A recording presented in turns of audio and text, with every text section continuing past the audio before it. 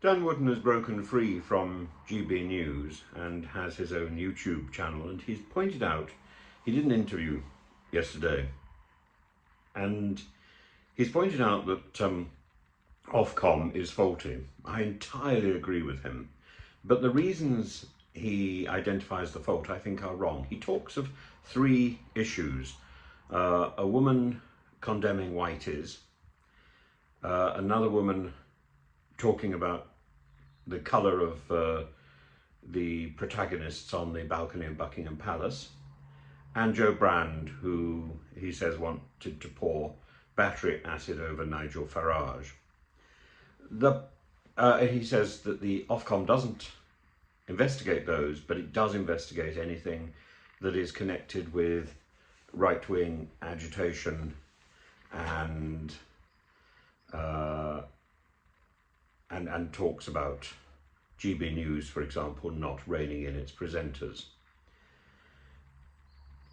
The problem is its context. Context is everything. Now, I'm no fan of Ofcom. I think Ofcom is a dreadful organisation. It's spineless. In fact, I've got exactly the opposite problem with Ofcom to the problem that Dan Wootton seems to identify. Ofcom doesn't do its job. And simply by looking at Dan Wootton's evidence, you could very easily draw my conclusions rather than his.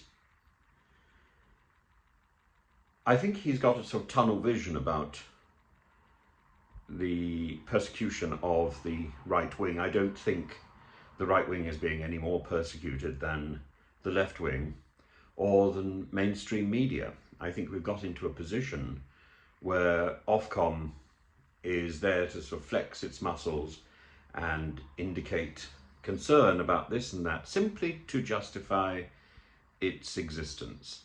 I don't think it's terribly focused on what it's investigating.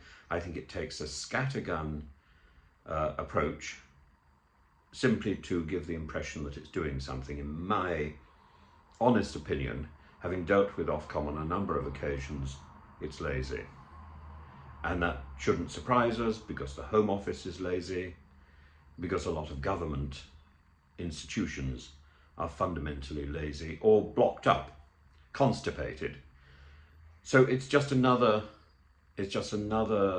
institution in our pantheon of British institutions that is in need of X-lax or Ducalax or something. I remember when I was in the Circle, there was a system where I had to go into a little room and then block various people, and they were then removed from the show. And I thought it'd be great fun to get the show sponsored by Ducalax. You'll never be blocked with Ducalax. And Ofcom should clearly take a little Ducalax, but then so should a lot of British politics. And Dan Wootton is quite right that there is a selective interest in Ofcom in a selective range of issues.